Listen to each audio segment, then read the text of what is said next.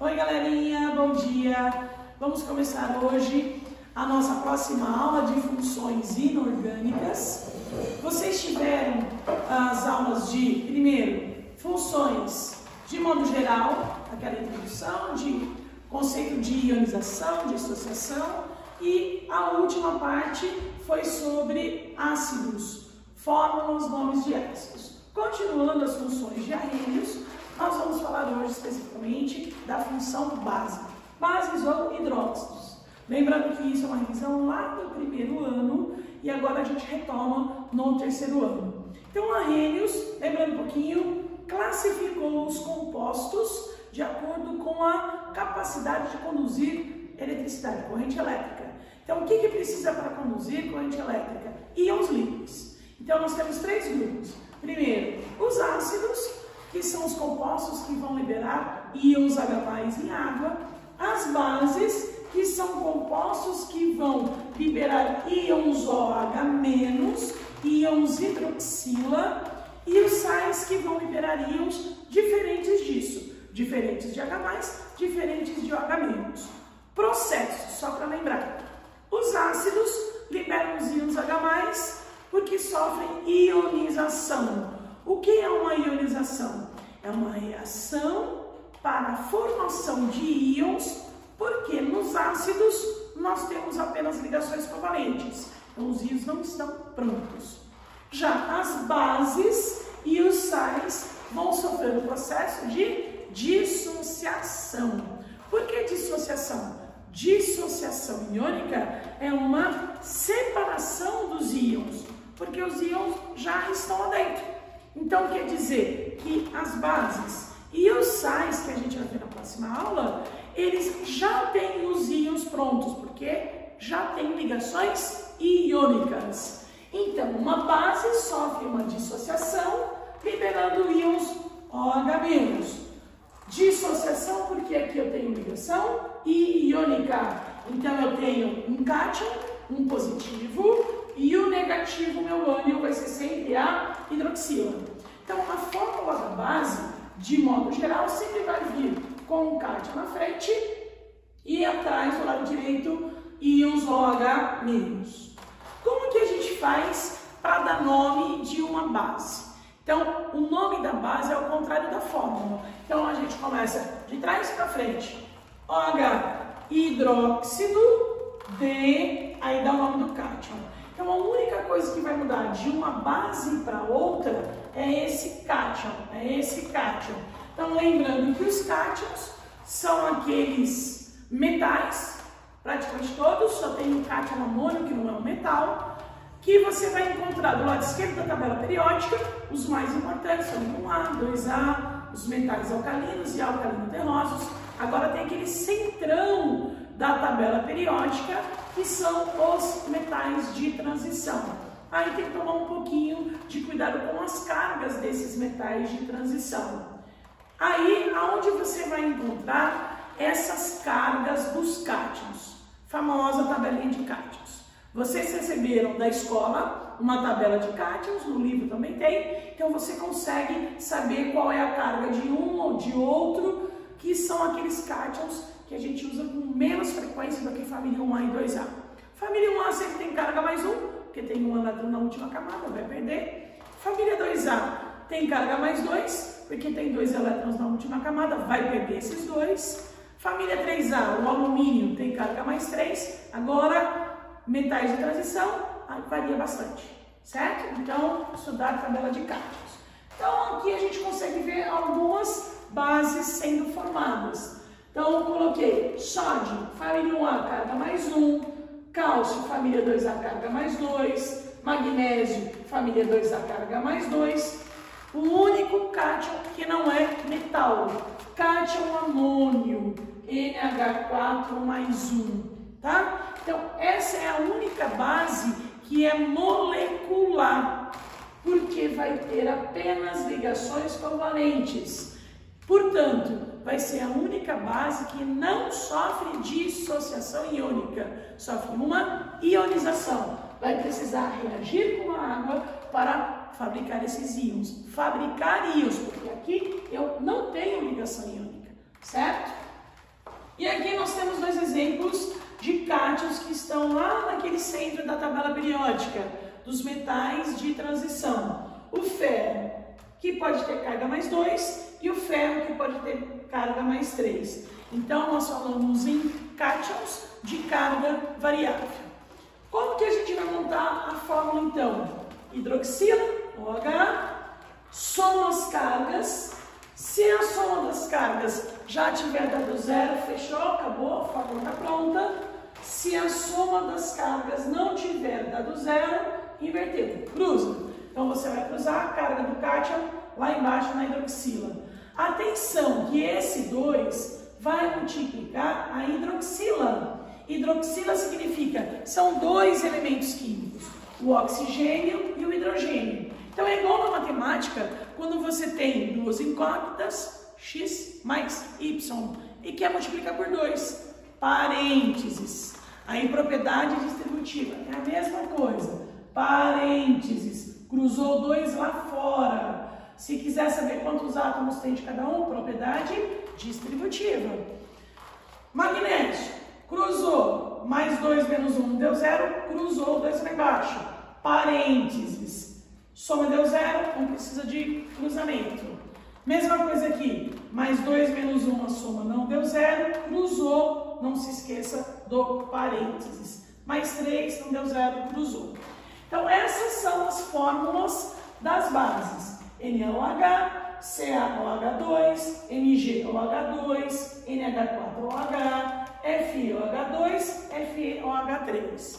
E os nomes? Como que a gente vai, então, construir esses nomes? Extremamente fácil. Fácil, fácil, fácil. Só colocar hidróxido, porque tem a hidroxila, OH, e na frente o nome do cátion. Esse cátion sódio, então hidróxido de sódio. O hidróxido de sódio é a base mais comum. A gente encontra em qualquer lugar.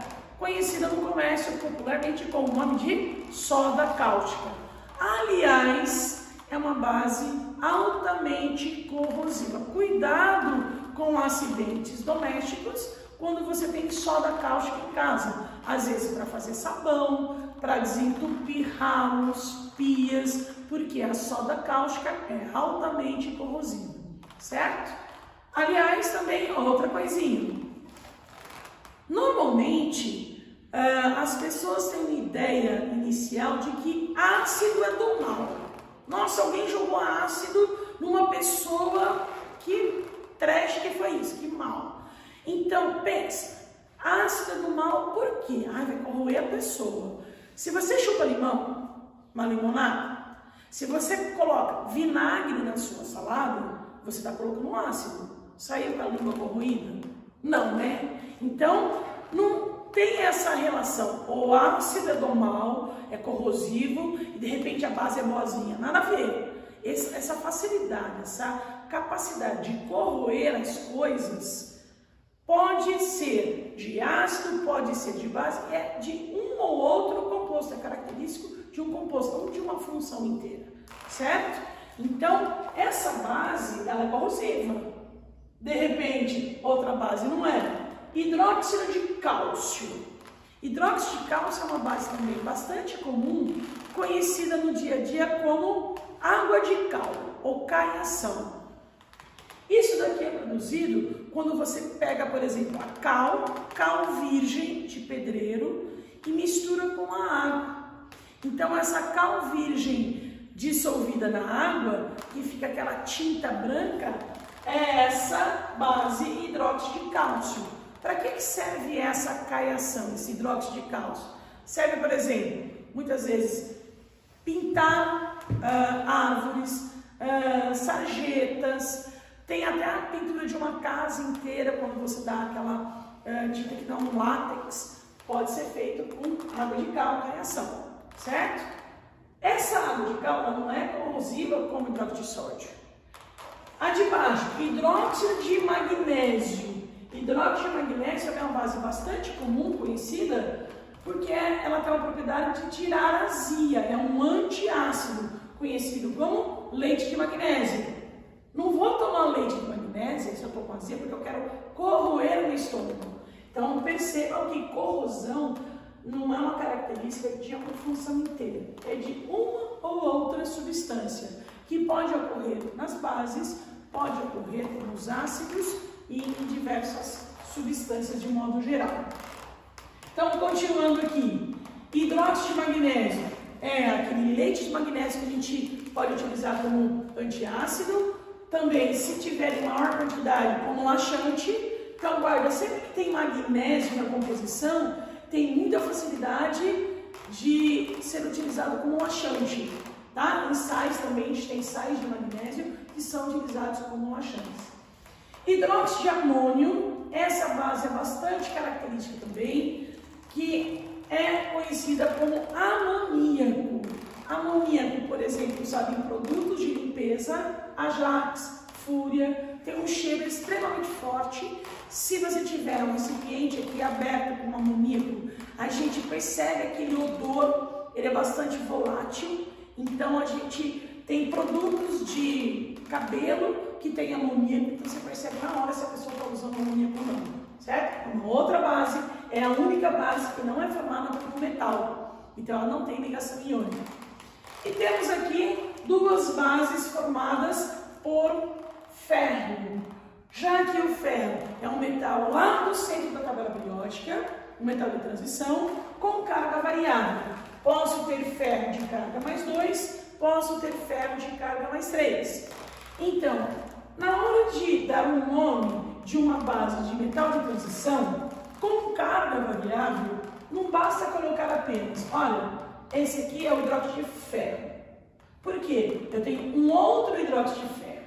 Então, o cátio, quando ele tem carga variável, a gente precisa definir qual é a carga que foi utilizada. Então, este aqui é o ferro de carga mais 2, então o nome da base vai ficar hidróxido de ferro 2, e a outra que tem carga mais 3, então hidróxido de ferro 3. Então, a base que tem um cátion de carga variável, há necessidade de definir a carga desse cátion, colocando na frente do nome dele a carga em algarismo romano. Essa é a regra mais atual. Existe uma regra que é um pouquinho mais antiga, que no lugar de colocar um nome com essa carga em algarismo romano, colocava a terminação oso e a terminação ico. Oso na menor carga e ico na maior. Então, no lugar de falarmos hidróxido de ferro 2, poderia dizer hidróxido ferroso. E hidróxido de ferro 3 trocar por hidróxido férrico. Então, ou coloca algarismo romano, ou terminação oso no menor, ico no maior. Tudo bem, moçadinha? E aí, nós vamos falar um pouquinho de classificação das bases. Da mesma maneira que os ácidos foram classificados na aula anterior, por exemplo, um ácido poderia ser classificado pelo número de hidrogênios que ele tinha na fórmula. Monoácido, diácido, triácido. As bases também. Então, a classificação de uma base pode estar relacionada ao número de hidroxilas que ela tem. E aí, então, a gente pode chamar uma base de monobase, ou de base, tri, até tetrabase. Uma monobase, uma base de uma hidroxila só, como o hidróxido de sódio, tem o hidróxido de amônio e várias outras. Posso ter uma dibase com duas hidroxilas, hidróxido de cálcio, hidróxido de magnésio, hidróxido de ferro 2. Posso ter uma base com 3 hidroxilas, aí a gente pode classificá-la como uma tribase, hidróxido de alumínio, hidróxido de ferro 3. Uma tetrabase, quando na fórmula a gente encontrar 4 hidroxilas, nesse caso aqui é um hidróxido de chumbo 4, porque o chumbo também tem carga variável. Posso classificar também, lá atrás, um ácido como forte e fraco. Então, a classificação de ácidos de bases em relação à força tem a ver com o quê? Com a quantidade de íons produzido em água. Então, outra ideia é a água. O que é um ácido forte? Aquele que corrói muito, nada a ver. Não é o poder de corrosão. Um ácido forte quer dizer quantidade de íons que ele vai liberar em água. Uma quantidade muito grande. Então, aquela experiência de Arrhenius, que quando tem íons conduz a eletricidade e acende a lâmpada, quando o composto é forte, ele acende a lâmpada e brilha bastante, porque tem uma grande quantidade de íons. Já um composto fraco vai conduzir eletricidade, porque vai ter íons, mas em quantidade pequena. Então a lâmpada acende, brilha, mas fica aquele brilho fraquinho, xoxo, sabe? Então força é quantidade de íons. Existe inclusive um grau de ionização ou dissociação, um alfa, que varia de 0 a 100, vocês viram isso na aula de ácido, a mesma escala, a mesma ideia é utilizada em base. Só que ácido, a gente tem basicamente assim, ó, ácidos de 0 a 5% são classificados como ácidos fracos. De 5 a 50% são médios e mais que 50% são fortes. Então, existem ácidos fracos, médios ou moderados, semifortes, e os fortes. As bases não. Bases, de modo geral, eu tenho ou elas são fortes ou elas são fracas. Posso dizer que as bases fortes são, resumidamente, as bases dos metais alcalinos, família 1A, e dos metais alcalinos terrosos, família 2A. De modo geral, sempre tem uma exceçãozinha. Então, família 1A, bases fortes, todas menos a base do frâncio. Então, família 1A eu tenho lá lítio, sódio, potássio, bídio, césio e frâncio. Todas com bases fortes, menos hidróxido de frâncio. Então, tiro o frâncio, o último da família 1A não vai dar uma base forte. Família 2A, tem lá berílio, magnésio, cálcio, estrôncio, bário e rádio. Agora, da família 2A, são fortes apenas as bases de cálcio, de estrôncio e de bário. E uma coisa, base de família 1A sempre vai ser mais forte do que base de família 2A. Então, a família 1A é mais forte, 2A continua forte, mas um pouquinho menos, tá? E o restante, que não esteja em família 1A ou 2A, eu falo em base fraca, certo? Então, as demais. E para completar essa aula sobre base, nós temos a solubilidade. Em água, se eu colocar esse composto, essa base em água, vai ter facilidade para dissolver ou não? Temos as bases que são muito solúveis em água. Muito, colocou e dissolve com muita facilidade. Bases de família 1A e de amônio, que é o amoníaco. Um pouco menos, bases de família 2A. E o restante, bases insolúveis em água. Então, essa é a primeira parte que a gente tinha que falar dessa aula de base. Daqui a pouco a gente continua um pouquinho mais. Continuando a nossa aula de bases, trouxe aqui para vocês uma tabela dos principais cátions. Se vocês se lembram, eu acabei de falar que a base vai ter sempre a fórmula com OH-, o que vai mudar são os cátions. E os cátions, a parte principal é a gente conhecer as cargas desses cátions. Falei que tem a tabela, que vocês já receberam da escola, mas eu trouxe aqui uma maneira mais simplificada. Vamos lá? Lembrar das principais cargas dos cátions. Então, eu reuni aqui na minha lousa os cátions em dois grupos. Um primeiro grupo, que eu chamo de cátions de carga fixa.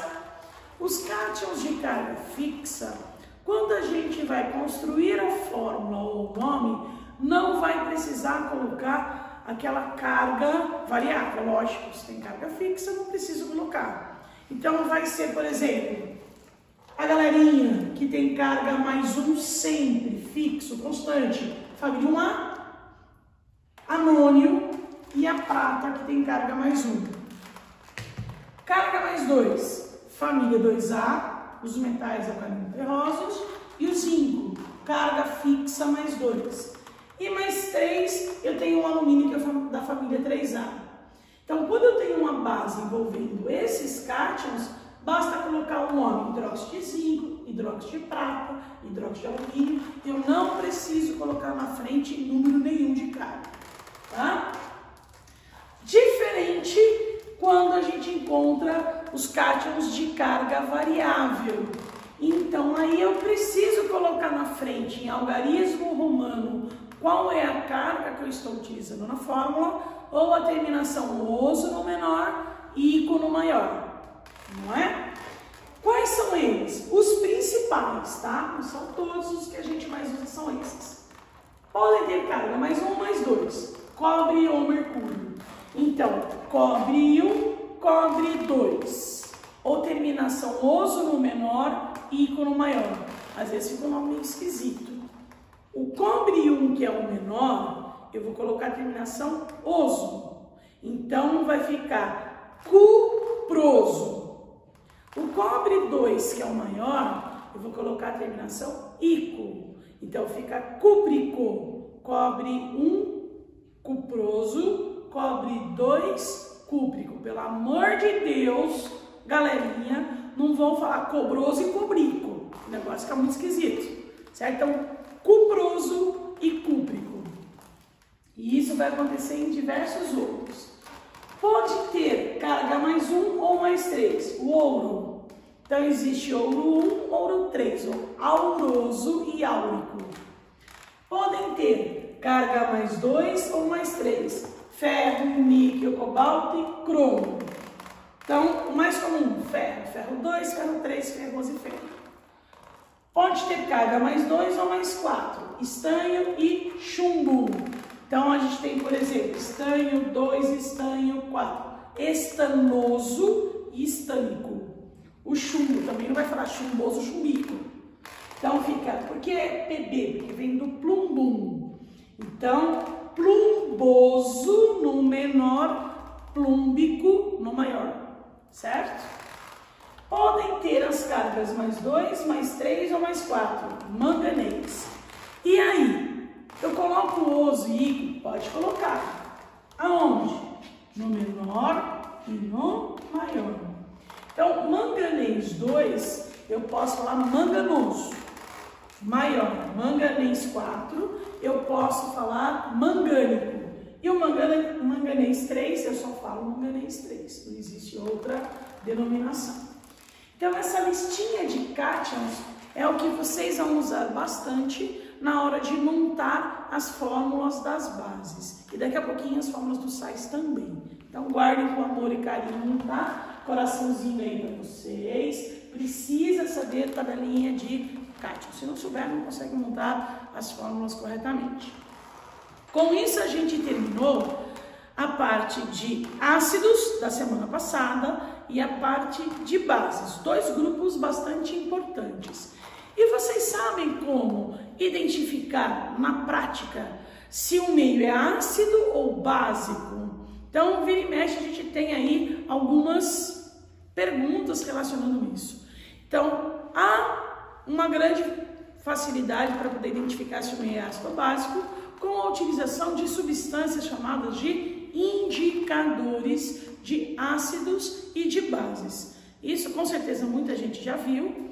Às vezes, quem tem piscina em casa precisa lá pegar um pouquinho da água da piscina ou do aquário, colocar ali algum produtozinho. Por diferença de cores, você consegue ver se o pH está ácido ou básico, alcalino. E é isso que a gente vai comentar agora. Então, indicadores são substâncias que vão adquirir cores diferentes dependendo do meio que ele está. Se o meio é ácido, ele fica de uma cor. Se o meio é básico, fica de outra cor. Nós temos uma infinidade de indicadores. Indicadores mais gerais, que dão só duas cores, ácido, básico, só duas cores. E tem indicadores mais específicos que, além de dizer se o meio é ácido, quanto ácido está. Então não tem uma cor só para ácido, tem várias, que é, por exemplo, aquela fita que a gente coloca para medir o pH do aquário, que tem um monte de cores, ou da piscina. Então a gente vai para os mais gerais agora, os mais importantes. O que normalmente é cobrado de indicadores nas grandes provas aí de química, nos vestibulares? Principais indicadores de ácido base. Tornassol. Tornassol é um papel, uma fita de papelzinho que pode ter duas cores. Tem o tornassol cor-de-rosa e tem o tornassol azul. Deixa eu ver se tem um giz azul. Não tem. Então, eu vou de verde. Então, você imagina, esse é o papel de tornassol cor-de-rosa e esse é o papel de tornassol azul. Não sei se o meio é ácido ou básico. Então, pega a tirinha cor-de-rosa e coloca lá dentro. O que vai acontecer? Se esse papel, que já era cor-de-rosa, continuar cor-de-rosa, o tornassol em meio ácido fica cor-de-rosa, em meio básico fica azul.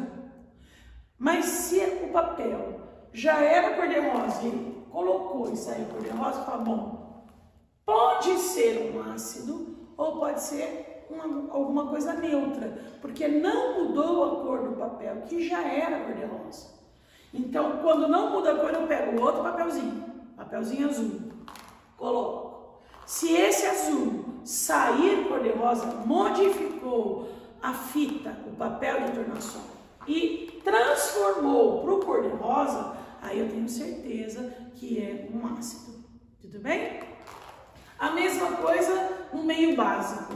Se eu pegar o papel cor-de-rosa, enfiar, testar e ele ficar azul, ele mudou de cor, falou, opa, é uma base. Fechou. Se eu pegar um papel azul, colocar e ele continuar azul, eu excluo a possibilidade de ácido. O ácido não é, porque ele ficou azul. Azul pode ser uma base ou pode ser neutro. Então a gente sempre tem essa segurança dos dois papeizinhos, porque quando sai da mesma cor, pode ser um pH neutro. Daí não daria para ter a conformação. Né? Além disso, muito usado também fenolftaleína. Fenolftaleína, esse nome grandão, vamos para jogar forca, né, galera?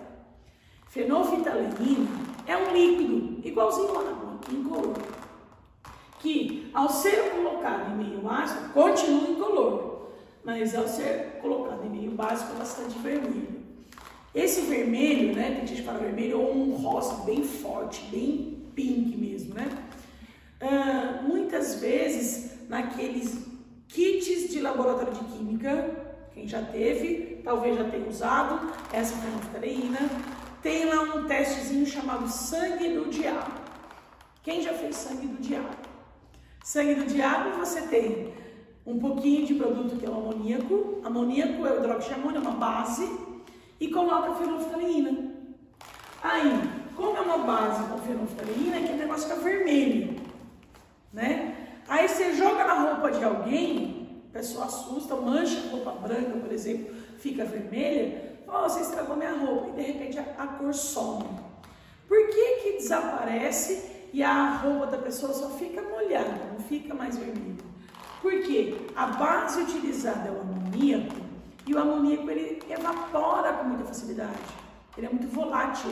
Então ele sai da roupa e ao sair da roupa desfaz essa cor vermelha e aí então a roupa só fica em color normal, só com a água, certo? Então é mais um tipo de indicador. Tem outro, tem vários, uma infinidade, chamado de alaranjado de metila ou metil orange. Ele é um líquido laranja e ao ser colocado em meio ácido ele muda para vermelho e ao ser colocado em meio básico ele muda para amarelo. Então laranja em ácido fica vermelho, em base fica amarelo. Mais um, azul de bromotimol. Em meio ácido vai ficar amarelo, em meio básico vai ficar azul, certo? Então esses são os principais indicadores que a gente usa em laboratório. Temos também muitos indicadores no dia a dia, tirados de plantas, de flores, de frutas, Então, um exemplo bastante comum é extrato de repolho roxo. Se você quiser fazer em casa, é muito legal. Você pega umas folhas de repolho roxo, não precisa muito não, liquidificador, um pouquinho de água e bate. Aí vai lá, dá uma separadinha, põe numa peneirinha, pega só aquele suco, aquele extrato. E aí você sai testando tudo quanto é coisa em casa. Pega um pouquinho de vinagre, pega produto de limpezas, o que você quiser. E você percebe que vai ter um monte de colorações diferentes. Não dá só, por exemplo, assim, 2 cores. Tem uma escala, tá? Mas que de modo geral você fala assim, olha, dá mais ou menos uma escala para vermelho, para amarelo, eles vão ficando meio que esverdeados. E aí nós vamos encontrar muitas questões envolvendo esses indicadores naturais. Por exemplo, extrato de repolho roxo, tá? Tem outras flores que vão ter essa mesma propriedade.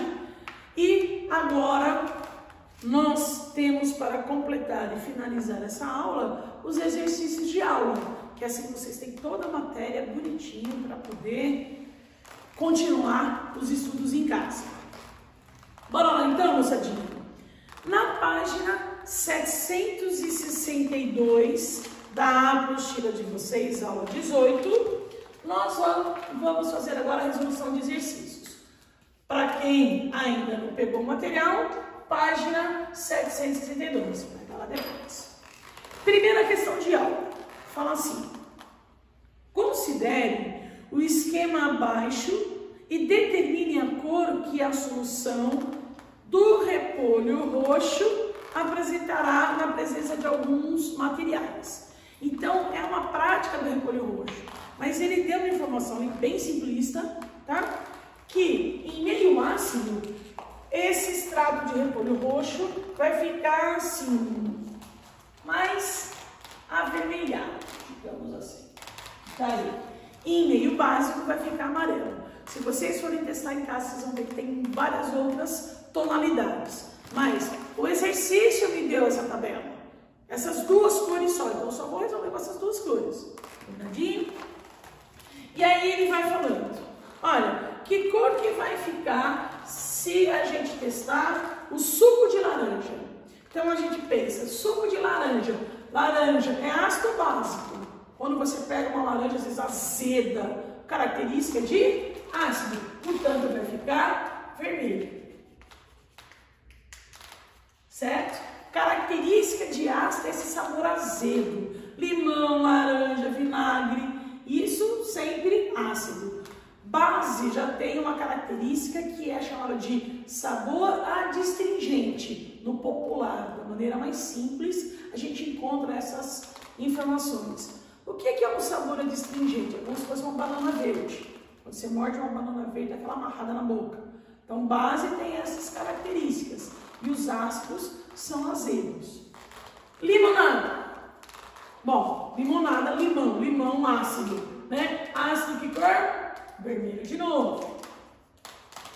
Vinagre. Acabei de falar. Vinagre azedo. Você põe na salada. Azedo porque ele tem ácido. Ácido acético. Tanto é que a gente tem aquele vinagre gostoso chamado de acetobalsâmico, né? Soda cáustica, aquela que usa para fazer sabão, para desentupir pia, é o hidróxido de sódio, principal base, portanto vai ficar amarelo. Leite de magnésia, falei na parte anterior, aqui o que vai acontecer? Usa para tirar a acidez do estômago, desculpa. Então esse composto já tem um meio básico. É uma base, é um antiácido, portanto, de cor amarela. Essa foi a primeira questão.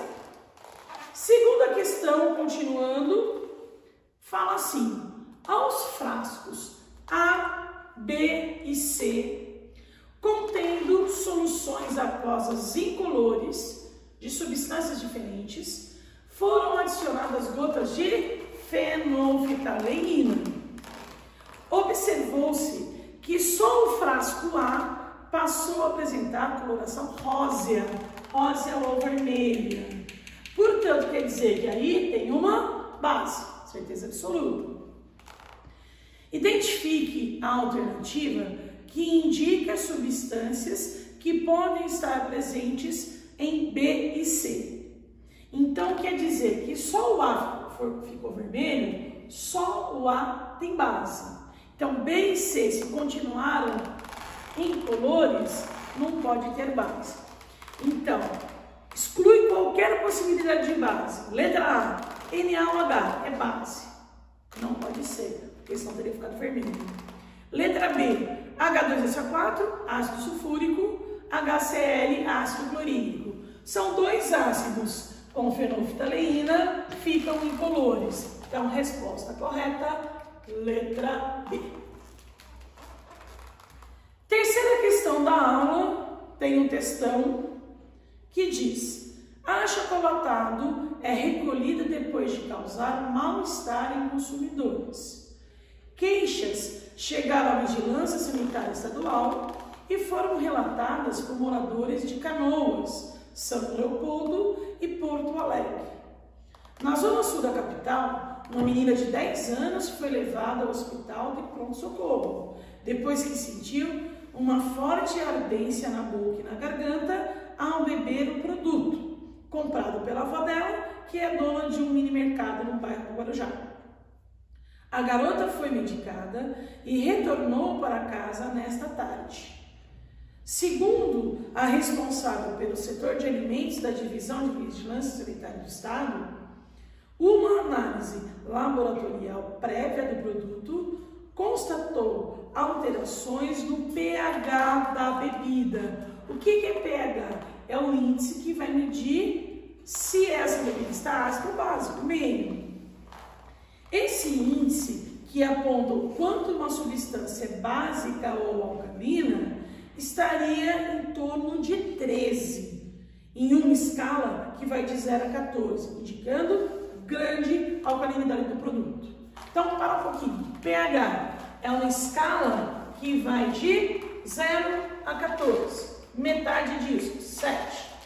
Quando o pH é menor que 7, bem baixo, o meio é ácido. Quando está no meio, 7, ele é neutro. E quando ele está muito alto, quanto mais alto ele tiver, o meio é básico, ou chamado de alcalino. Então, quando a gente vai comprar um shampoo, fala, eu quero um shampoo de pH 7, neutro, né? Daí vai fazer sabão, isso aqui, usa muita soda. Soda cáustica é base, então vai subir esse pH. E olha que ele diz, esse leite que foi testado, que a criança tomou, está com pH 13, galera. 13. Então, quer dizer, quase no final, muito básico. Então, tinha muita base, coisa esquisita nesse leite. Aí, a questão fala, qual das substâncias abaixo poderia ter causado o problema citado na reportagem? Será que tinha no leite ácido sulfúrico? Não. Ácido pH baixo. B, hidróxido de sódio? Opa, é uma base. Então, é a própria. Dá uma paradinha aqui. O que é hidróxido de sódio? É soda cáustica. O que essa soda cáustica estava fazendo dentro do leite? Por quê? Isso é real. Tem um monte de lugares que colocam soda cáustica no leite. A soda cáustica, ela é usada muitas vezes para deixar mais claro. Então, papel, indústria de papel, usa soda para deixar mais claro. E às vezes no leite também, para mudar, às vezes dá uma mudada na composição que não está muito legal, então coloca a soda cáustica. Então, a alteração, mega tóxico. Você sabe o que acontece? Lembra que eu falei no vídeo anterior, na parte anterior da aula, que tem muitos acidentes domésticos com soda cáustica? Você sabe o que acontece quando uma pessoa, de repente, usa, chupa essa soda cáustica? Você fala, nossa, chupar soda cáustica é esquisito. Às vezes ele vem em pastilhas, você compra, deixa lá em casa, e tem uma criança. E pensa que aquele negócio é uma balinha, e chupa, tem acidentes com isso. A soda cáustica é altamente corrosiva, corrói, traqueia, toda a via respiratória, até chegar na digestão. E isso é irreversível. Então é altamente perigoso. Só dar cáustica em casa, guardar escondido para a criança não pegar. Criança, animais, cachorro, gato. Imagina se o seu pet aí começa a derrubar a lata de soda cáustica e chupa tudo isso. Danoso, viu, galera? Cuidado. E aí a gente vai para a última questão da Unicamp. Questão bonitinha, tranquila, que dá símbolos de placas. Os símbolos abaixo são utilizados como alerta nos rótulos de recipientes de vários produtos de uso cotidiano em laboratórios ou residências, podendo se relacionar às seguintes espécies: etanol, que é o álcool comum, amônia, ou amoníaco, glúten, alimento modificado e argônio. Então aí nós temos umas plaquinhas, aí galera, as plaquinhas para quem não pegou. Então a primeira parte ele vai falar o que quer dizer cada plaquinha dessa, certo? Então, olha lá, vamos dar uma olhada? A primeira plaquinha aqui, cor de rosinha, tem um trigozinho. Então isso quer dizer, cuidado, esse negócio aqui tem glúten. Então uma pessoa que vai comprar um alimento e tem problema com glúten, sabe que isso aqui contém glúten. E esse tesão? Esse tesão quer dizer, é um alimento que foi modificado, certo? Fogo, chama, então coisas que pegam fogo, inflamável, como gasolina, como álcool, como etanol, certo? Aqui nós já temos substâncias, cuidado, que podem, tem um monte de coisinhas, dar algum outro tipo de complicação. Tem ali um tubo de ensaio deitado, que significa o quê? Substâncias corrosivas, certo? O próximo, que também é esquisitinho aqui, são gases num cilindro, tá? E o último, a caveira, o que é? Tóxico, cuidado com isso aqui, isso vai te intoxicar. Então a Unicamp trouxe algumas plaquinhas para ver se vocês reconhecem. Preenche os parênteses com o número de cada espécie. Etanol, então é combustível, número 3. Amônia, amônia vai liberar gases, e esses gases não são muito legais, então ele é mais tóxico. O argônio, argônio é lá da família dos gases nobres, então tem que estar associada com a figura dos gases. Número 5. Alimento modificados transgênicos, esse número 2. Glúten, o primeiro que tinha o trigo. A letra B fala: um recipiente com ácido sulfúrico apresenta um dos símbolos mostrados. Aí fala qual é o símbolo e justifica a sua concepção.